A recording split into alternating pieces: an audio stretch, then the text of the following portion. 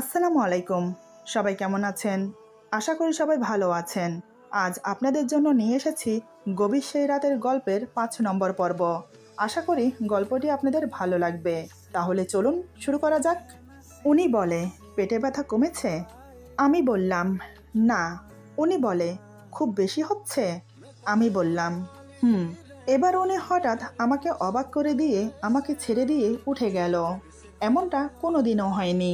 একবার উনি আমাকে নিয়ে বিছানায় আসলে দ্বিতীয়বার আর বিছানা থেকে ওঠে না। কিন্তু আজ কি হলো? উনি আমাকে ছেড়ে দিয়ে উঠে কাপড় পরে নিচে যায়। বেশ কিছুক্ষণ পর একটা হট ওয়াটারের ব্যাগ নিয়ে এসে টাওয়েল পেঁচিয়ে আমার পেটের উপর রাখে।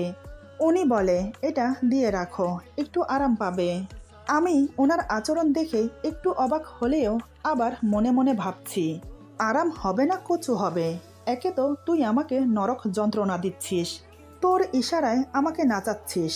আল্লাহ যদি আমাকে একদিন ক্ষমতা দিত না তোকে নাচাবার, তাহলে তোকে বুঝিয়ে দিতাম কত ধানে কত চাল, যদি একদিন সুযোগ পাই। এদিকে উনি আবার কম্বল গায়ে দিয়ে বুকে মাথা রেখে শুয়ে আছে। উনি বলে, ঘুমিয়ে পড়ো। এটা শুনে তো আমি আরো অবাক। এর মানে উনি আর কিছু করবে না। হাঁপ ছেড়ে বাঁচলাম। অল্পের উপর দিয়ে গেছে। আমি ঘুমানোর চেষ্টা করলাম। এদিকে উনি আমাকে ওনার বুকের সাথে শক্ত করে জড়িয়ে ধরে ঘুমিয়ে পড়েছে। আমি এতদিন অনেকবার লক্ষ্য করেছি, উনি আমাকে জড়িয়ে ধরার কয়েক মিনিটের মধ্যেই ঘুমিয়ে পড়ে। যাই হোক, এভাবেই দিন মাস পেরিয়ে ১ বছর হয়ে গেল। উনি আমাকে এভাবে প্রত্যেক সপ্তাহে একবার করে ওনার সাথে থাকতে বাধ্য করে। আর আমি কাঠের পুতুলের মতো চালিত হচ্ছি ওনার কথায়। এরই মধ্যে বাবা সুস্থ হয়ে চাকরিতে জয়েন করে। ওনার অফিসের বস অনেক ভালো। বাবার অসুস্থতার কথা শুনে অনেক সাহায্য করেছে। এমনকি বাবার চাকরিটা অন্য কাউকে না দিয়ে বাবার জন্য বরাদ্দ রেখেছে। ছোট ভাইটা ক্লাস 8-এ উঠেছে। ছোট বোন এসএসসি দিয়ে এবার কলেজে ভর্তি হয়েছে। মোটামুটি আগের ছন্দে ফিরে এসেছে আমাদের পরিবার। আমারও বিয়ের বয়স হয়েছে। তাই বাবা তাড়া দিতে লাগলো আমাকে বিয়ে দেওয়ার জন্য। কিন্তু আমি বারবার অমত জানাচ্ছি। কেন বিয়ে করতে চাই না তার দুটো রিজন। এক, বিয়ে হয়ে গেলে বাবা সংসার চালাতে হিমশিম খাবে। দ্বিতীয়ত, আমি কাউকে ঠকাতে পারবো না। দিনের পর দিন অন্য একজন পুরুষ আমাকে শোষণ করেছে। আমার বলতে আমার কাছে কিছুই নেই।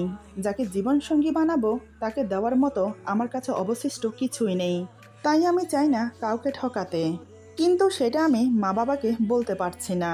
তারা তো উঠে পড়ে লেগেছে বিয়ে দেবে বলে। আরেকটা দিক আমি লক্ষ্য করেছি। প্রথম প্রথম যদিও আমার কাছে অসহ্য লাগতো রাস্তারের স্পর্শ। ওনাকে দেখলেই আমার ঘৃণা হতো। একদম সহ করতে পারতাম না। কিন্তু এর পরিবর্তন ঘটতে শুরু করলো ধীরে ধীরে। রাজ স্যারকে আস্তে আস্তে ভালো লাগতে শুরু করলো। ওনার স্পর্শ আমার মন ছুঁয়ে যায়। অন্যরকম অনুভূতি জাগায় মনে। মাঝে মাঝে আমার প্রতি ওনার গুরুত্ব, ওনার কেয়ার বেড়ে যায়। মনে হয় উনি আমার অনেক আপন, অনেক কাছের একজন। আগে যেমন ওনার কাছে গেলেই আমার অস্বস্তি হতো, আজকাল তেমন আর হয় না। বরং ভালো লাগে তার সঙ্গ। হয়তো বারবার মেলামেশার কারণে এমনটা হচ্ছে। যাই হোক, বেশ কিছুদিন কেটে গেল।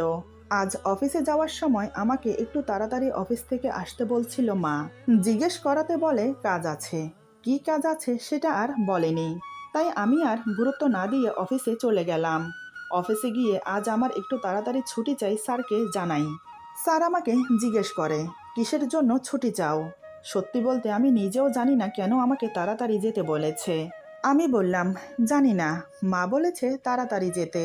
স্যার বলে, ঠিক আছে, কাজ শেষ করে 5টার দিকে চলে যাও। আর হ্যাঁ, মনে করে ব্লু ফাইলটা আগে শেষ করবে, সেটা খুবই আর্জেন্ট। কাল সকালে সেটা জমা দিতে হবে। আমি জি স্যার বলে চলে এলাম। আরও কিছু ফাইল জমা ছিল টেবিলের ওপর। স্যারের দেওয়া ফাইল রেখে অন্য কাজগুলো করতে লাগলাম। ভুলেই গিয়েছিলাম এই ফাইলের কাজ শেষ করে স্যারকে দিতে হবে। সব কাজ শেষ করে যাওয়ার জন্য ব্যাগ গোছানোর সময় দেখি আমাকে যে ফাইলটা দিয়েছিল সেই ফাইলের কাজ অসম্পূর্ণ রয়ে গেছে। এখন কি করি? এরই মধ্যে মা কয়েকবার ফোন দিয়ে ফেলেছে। তাই আমি ফাইলটা নিয়ে বাড়ির উদ্দেশ্যে রওনা দিলাম। ভেবেছিলাম রাতের অংশে কাজ শেষ করে কাল স্যারের হাতে দিয়ে দেব। এই ভেবে ফাইলটা নিয়ে চলে গেলাম বাড়িতে। বাড়িতে এসে দেখি হুলস্থুল কাণ্ড। মা কয়েক আইটেমের নাস্তা বানিয়েছে। আরও কি যেন তৈরি করছে।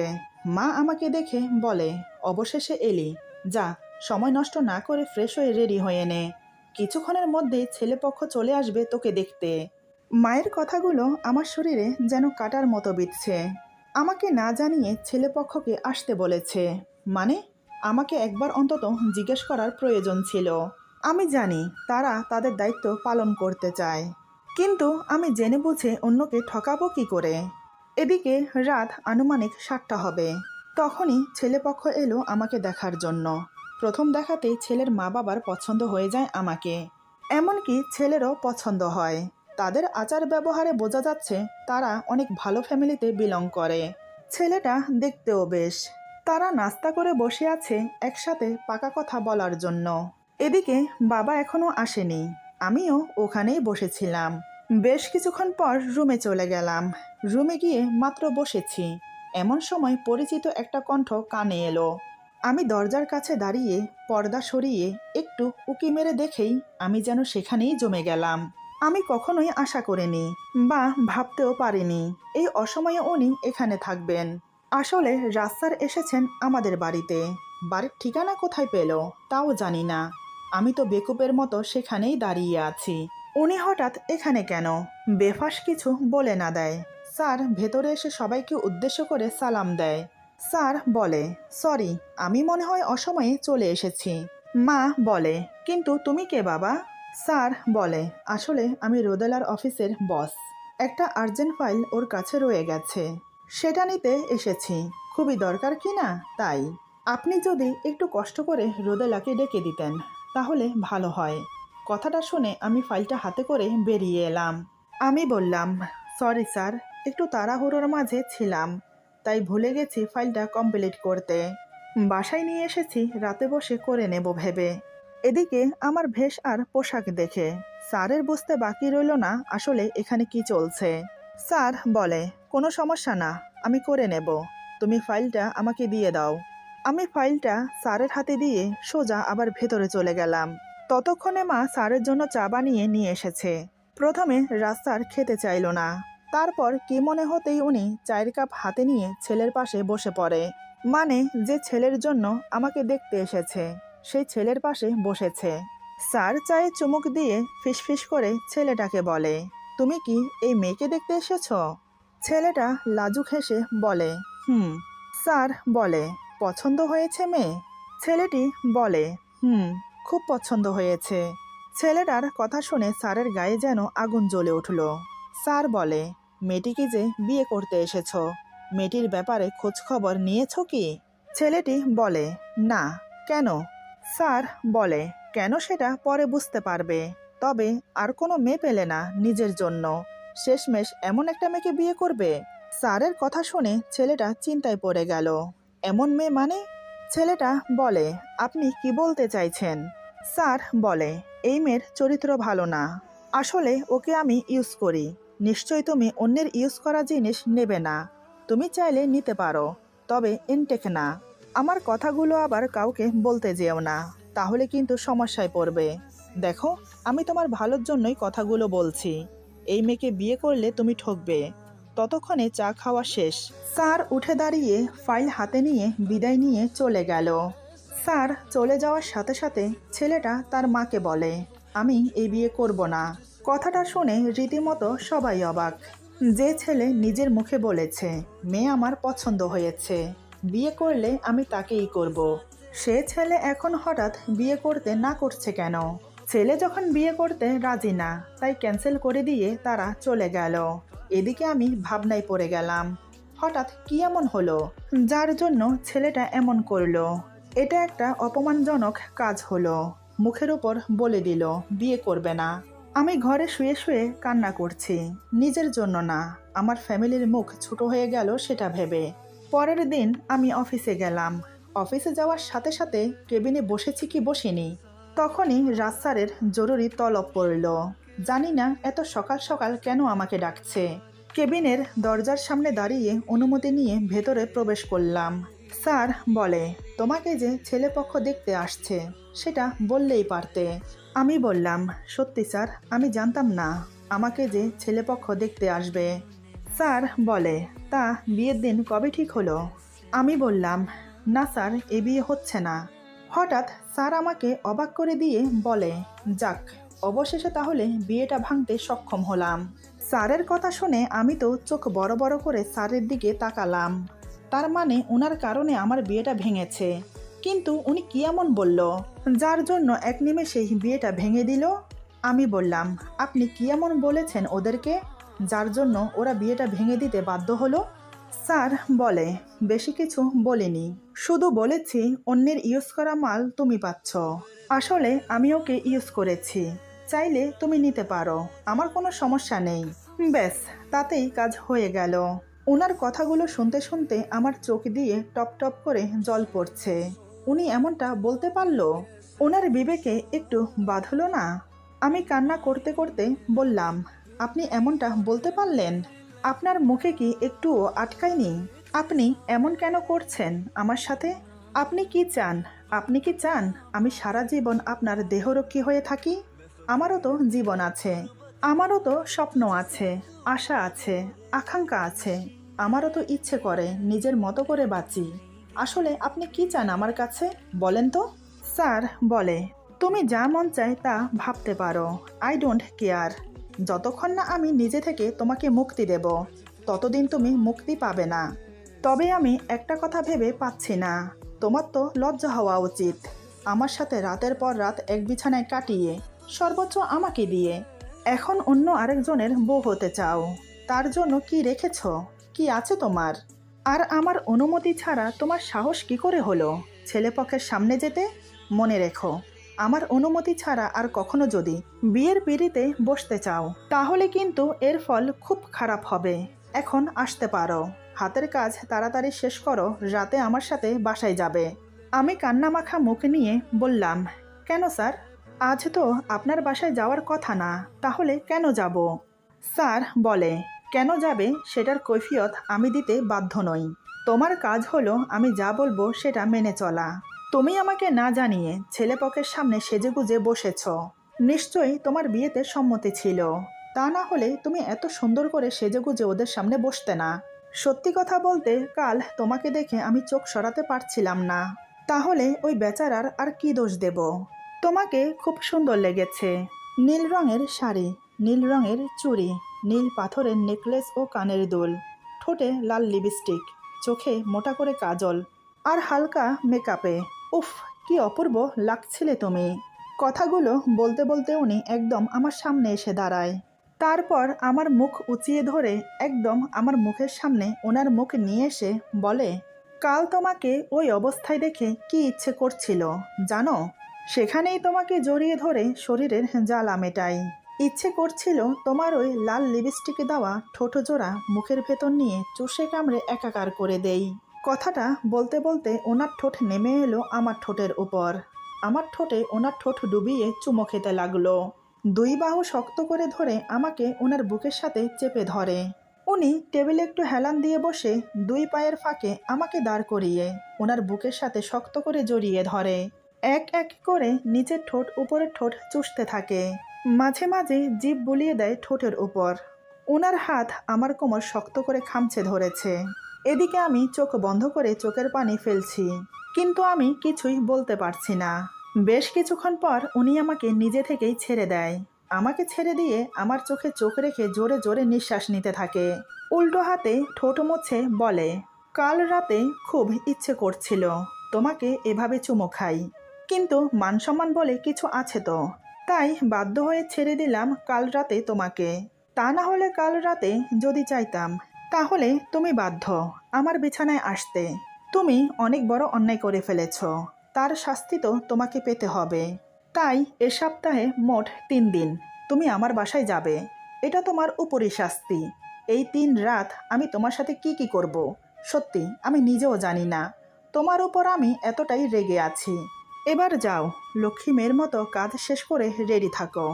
আর বাসায় ফোন করে বলে দাও এ সপ্তাহে তোমার 3 দিন নাইট ডিউটি আছে। ওকে, যাও। আমি মাথা নিচু করে দাঁড়িয়ে আছি। ওনার কথার কোনো উত্তর দিতে পারলাম না। উনি যে কথার মারপ্যাঁচ খুব ভালোই জানে। মাথা নিচু করে কেবিন থেকে বেরিয়ে আসতে যাব, তখনই উনি আমার হাত শক্ত করে ধরে দাঁড় করিয়ে দিয়ে বলে, আরে আরে, এমন মুখ করে বেরোলে তো সবাই বুঝে যাবে। এই বলে টিস্যু পেপার নিয়ে আমার চোখ মুখ মুছে দিয়ে গালে একটা চুমো দিয়ে বলে, এবার যাও। আমি এক নজর ওনার দিকে তাকিয়ে নিজের কেবিনে চলে এলাম। আমার এখন চিৎকার করে কান্না করতে ইচ্ছে করছে। ওনার মনে কি একটু দয়া মায়া নেই? আমার সাথেই কেন উনি এমন করছে? আমি তো ওনার কোনো ক্ষতি করিনি, তাহলে কেন? এই প্রশ্নগুলোর কোনো উত্তর খুঁজে পাই না আমি। নিজেকেই নিজে বারবার প্রশ্ন করি, কিন্তু কোনো উত্তরই খুঁজে পাই না। অনেকক্ষণ কান্নাকাটি করে চোখ মুখ মুছে হাতের কাজ করতে লাগলাম। সন্ধ্যা 7টার দিকে বাসায় ফোন করে বলে দিলাম, এ সপ্তাহে আমার 3 দিন নাইট ডিউটি আছে। মা তো প্রথমে অনেক কৈফিয়ত চাইল। একটার পর একটা মিথ্যে কথা বলে কোনো রকম বুঝিয়ে দিলাম আমি যে দিন দিন নিজের কাছে নিজে ছোট হয়ে যাচ্ছি। দিনের পর দিন মা বাবাকে অন্ধকারে রেখে মিথ্যের পর মিথ্যে বলে আসছি। এভাবে আর কতদিন পারবো? আমি জানি না। যদি ধরা পড়ে যাই কোনো দিন, তখন তখন কি হবে? তখন তো আমার মরা ছাড়া আর কোনো উপায় থাকবে না। ফোন কেটে দিয়ে বসে বসে কথাগুলো ভাবছি। এদিকে অফিস ছুটি হয়ে গেছে। সবাই একে একে বেরিয়ে যাচ্ছে প্রতিদিনের মতো। রিনা জিজ্ঞেস করলো, কিরে, বাসায় যাবি না? আজও কি তোর লেট হবে? আমি বললাম, হ্যাঁ রে, আমার আজও লেট হবে।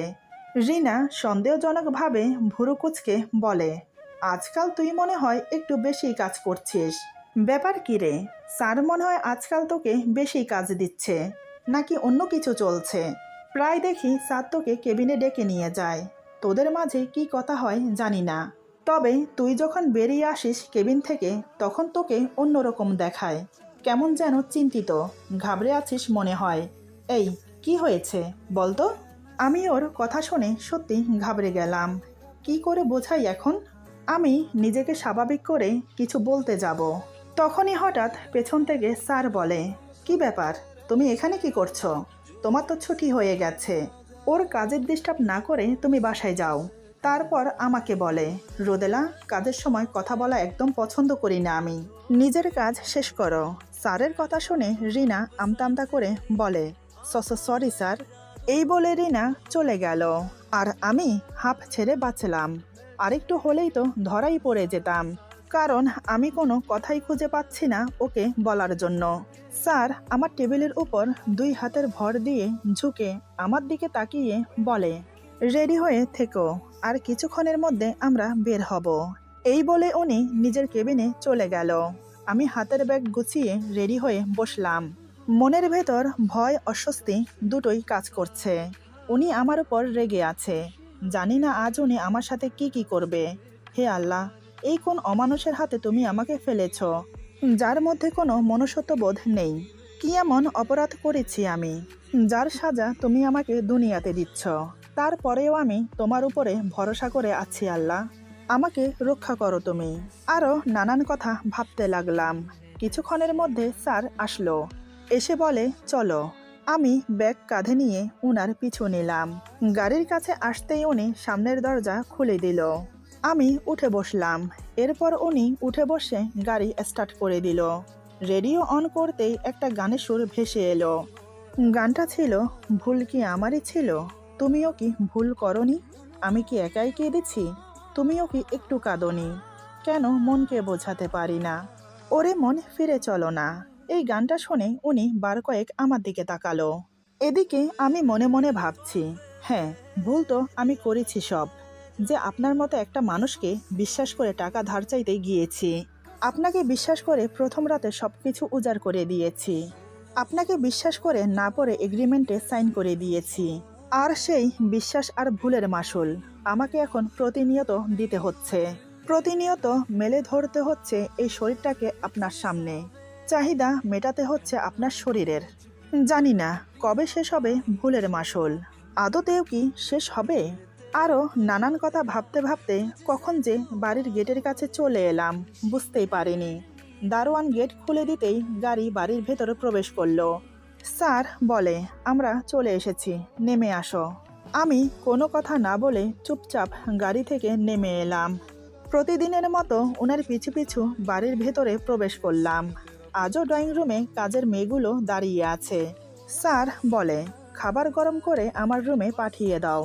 এই বলে উনি আমাকে নিয়ে উপরে চলে গেল। মেয়েগুলো আমাকে দেখলেই ওদের মুখগুলো করুণাময় হয়ে ওঠে।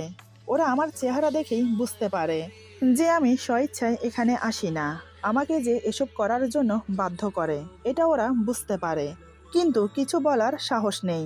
আমাকে নিয়ে রুমে এসে বসতে বলে প্রতিদিনের মতো ফ্রেশ হতে চলে যায়। আমি খাটে বসে আছি। বেশ কিছুক্ষণ পর উনি ফ্রেশ হয়ে বেরিয়ে আসে। আকাশি রঙের একটা টি শার্ট পরেছে আর আকাশি রঙের ট্রাউজার। বেশ মানিয়েছে ওনাকে। আগেই বলেছি উনি দেখতে হ্যান্ডসাম। গায়ের রং শ্যামলা হলেও ওনার চেহারা খুবই আকর্ষণীয়। আমি না চাইতেও বার কয়েক আমার চোখ ওনার দিকে চলে যায়। এটা দেখে স্যার যা বলল আমাকে তা শোনার জন্য আমি মোটেও প্রস্তুত ছিলাম না। আমি বুঝতে পারলাম না উনি কি করে বুঝলো, আর এভাবে কথা বলার মানে কি। তার মানে কি উনি। এরপর যা হলো, আজকের গল্প এখানে সমাপ্ত। গল্পের বাকি অংশ পেয়ে যাবেন আগামী পর্বে। আশা করি গল্পটি আপনাদের ভালো লাগবে। যদি ভালো লাগে তাহলে লাইক, কমেন্ট এবং সাবস্ক্রাইব করে আমাদের পাশে থাকুন। পাশে থাকা বেল আইকন প্রেস করে দেবেন, তাহলে আমাদের নিত্য নতুন ভিডিও আপনাদের কাছে পৌঁছে যাবে। সবাই ভালো থাকুন। আল্লাহ হাফেজ।